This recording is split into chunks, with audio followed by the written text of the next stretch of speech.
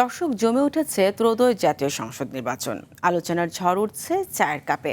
সেই তর্ক বিতর্ক আলোচনার সমালোচনা তুলে আনতেই আমাদের এবারের আয়োজন হ্যাপি কাউ প্রেজেন্টস চায়ের আড্ডায় নির্বাচন।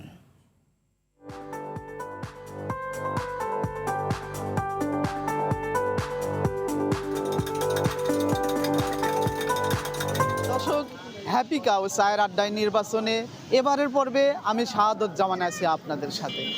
ঘনিয়ে এসেছে জাতীয় সংসদ নির্বাচন, সাথে জমে উঠেছে এর আলোচনা এবং সমালোচনা।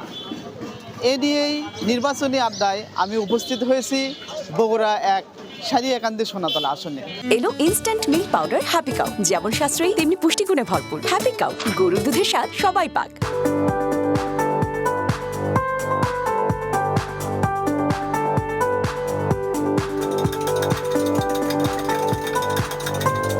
পর্যটক বিষয়টা আমাদের কাছে একেবারে ঘৃণিত হয়ে গেছে, কারণ বিগত নির্বাচনগুলোতে দেখেছি এই পর্যটকগুলো শুধুই অনর্থক দেশের থেকে অর্থ নিয়ে গেছে। তারা যে রিপোর্ট করছে সেই রিপোর্ট যদি সুষ্ঠু রিপোর্ট করতে, আর সেই রিপোর্টগুলো যদি আসলেই যদি কার্যকর হতো, তাহলে বিগত দিনগুলোতে এরকম নির্বাচন হতো না।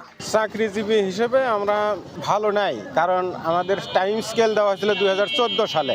চাল ছিল 40 টাকা কেজি, আর এখন তো মনে করেন যে দ্বিগুণ হয়ে গেছে। সারিয়াকান্দি গোটাল কয়টা ইউনিয়ন চরের ভিতর বেশ আবাদ হয়, তারা ন্যায্য মূল্য পায় না। এমনও আবাদ হয় স্টোরে তুলে পরবর্তীতে আমরা দাম পাই, সেই স্টোর নাই। কোল্ড স্টোর করলে আমাদের চর এলাকার খুবই সুবিধা হতো। আমাদের নদী ভাঙ্গি এলাকা, আমরা গরিব এলাকা।